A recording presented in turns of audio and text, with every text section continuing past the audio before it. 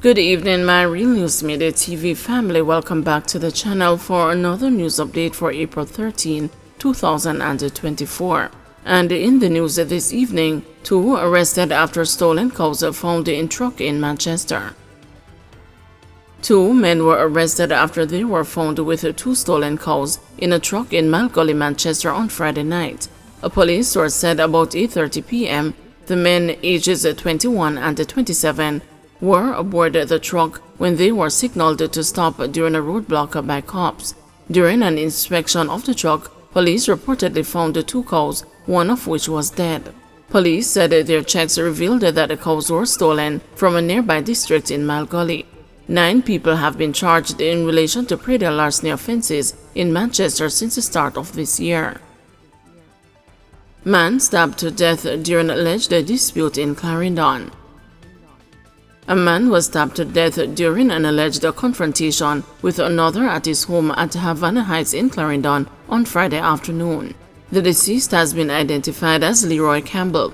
Information reaching the news indicates that around 4:40 p.m., Campbell was on his veranda talking to a friend while a man who resides in the same community sat on the perimeter wall.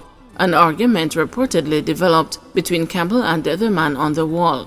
Campbell reportedly threw a bottle and hit the man in the head.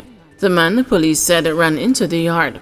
Campbell ran inside the house and closed the door, but the man kicked it open, entered the home and stabbed him several times. The man then fled on foot in the area, the police said. The friend reportedly assisted Campbell to the Maypen Hospital, where doctors pronounced him dead on arrival. The police have since launched a manhunt for the alleged killer. Indian probes a fatal shooting of man by cops in St. Elizabeth. A man was shot dead and another detained following an alleged shootout with police officers at the Grosmont district in St. Elizabeth Friday morning. The dead man, whose identity is still unknown, is of dark complexion, slim build, and about 5 feet 7 to 8 inches long. An illegal firearm was seized during the incident, the police said. The Independent Commission of Investigations is probing the incident. Reports are that around 11:30 a.m., a police team began conducting special operations and targeted raids in the St. Elizabeth Division. The operation led the team, which had a search warrant under the Firearms Act, to Grosmont District in search of a man wanted in connection with several robberies in the division, other wanted men, and illegal firearms. On arrival at the premises, cops entered the yard and the men immediately opened gunfire at them. The police took evasive action and returned the fire, the report said. It is alleged that when the shooting subsided, the police searched the area and found the unidentified man suffering from what appeared to be a gunshot wound.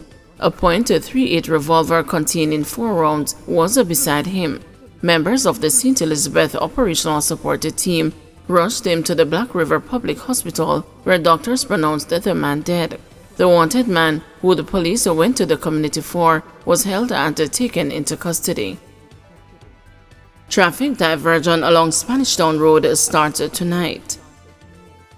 Traffic will be diverted starting Saturday evening along a section of the Spanishtown bypass in St. Catherine to facilitate a pipeline as part of the construction of a commercial complex in the area. The change will be in effect from 9 p.m. to 5 a.m. Sunday. Sergeant Donovan Barnes, a sub-officer in charge of traffic in Spanishtown, explained that motorists will be diverted in the vicinity of the traffic signal at Dunbeholden Road. What this will do, we'll have to divert traffic from the main thoroughfare, the Spanishtown bypass, onto the newly paved surface that we are looking at there. We expect to have signs placed along the roadway informing motorists of the impending changing of lane. We don't expect anything major. Police will be here giving direction and signs will be properly placed. Once you come, we are expected to approach with caution and adhere to the traffic light. Mayor of Spanishtown, Norman Scott, told the news that the pipeline work is to facilitate water runoff from the commercial complex, which is being built on a 30-acre plot of land that is prone to flooding. The developers have sought and have gotten permission from the National Works Agency to open the road so as to increase the outlet for the water that will come from the development. And so today into tomorrow, the work to open the road will be done. Bunting withdraws comment during clash with Fitzhenley over immunity certificates. Opposition Senator Peter Bunting was forced to withdraw a comment he made in the Senate on Friday as he sparred with government counterpart Abka Fitzhenley over controversial certificates of immunity he had issued to 3 Jamaica Defense Force soldiers charged with murder. The clash occurred during a debate in the Upper House on an amendment to the Appropriations Bill which authorizes the government to spend its annual budget following an error that saw statutory expenditures inadvertently included in the Act. Earlier in the debate, Opposition Senator Lambert Brown argued that the government was acting unconstitutionally in passing the amendment. He listed what he argued was a record of constitutional violation by the Andrew Holness-led administration, including the passage of the National Identification System Act. But Fitzhenley refuted Brown's argument that the amendment to the Appropriations Bill was unconstitutional. We are pursuing lawful means in correcting an error in transcription which impacted the Appropriations Bill. I am not convinced by the senator's opposite, Fitzhenley said, adding that this does not rise to the level of issues concerning the Suppression of Crimes Act under a former administration, which were found to be unconstitutional. It does not rise to the level of the immunity certificates, which in 2020 the Supreme Court found to be in breach.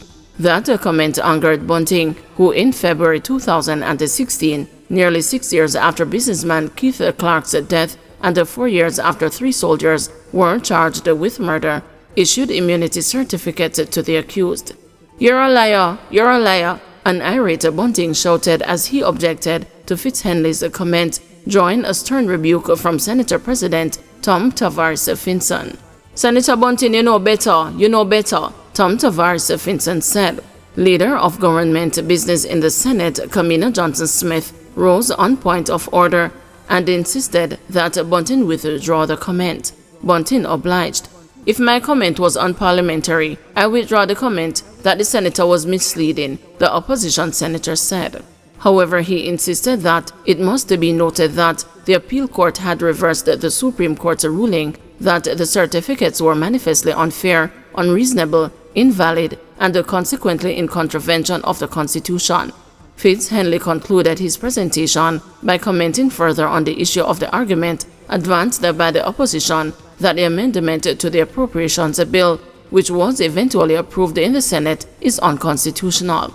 "I've heard Senator Brown's submissions concerning the amendment being made to the bill, and it appears to me that due process is being observed. So, Senator Brown, let it be clear. It's not the bombshell that you make it out to be. It's not the bombshell. It really is not," Fitzhenley said. Woman allegedly robbed by partner.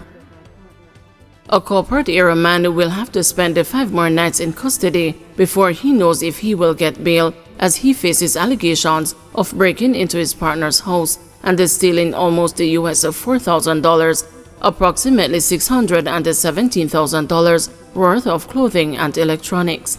Colin Rose was remanded in custody until April 16 by Senior Parish Judge Sanchez Borrell to facilitate the attendance of the complainant. It was shared in the Kingston and the St. Andrew Parish Court on Thursday that on January 17, the complainant was at her home when Rose gained entry to the property and threatened her. He then took a suitcase containing clothing, shoes, and electronics valued at US $3,975. "I am not here on a bail application, and the complainant is not here," noted the senior jurist before adjourning the matter. Rose did not enter a plea to the charges of housebreaking and larceny and the malicious destruction of property. He is represented by attorney-at-law Kemar Robinson. However, attorney-at-law Matthew Sims made submissions on his behalf. "I think Mr. Rose is a fit candidate for bail, and it may be prudent that the complainant is here, Your Honor," Sims submitted.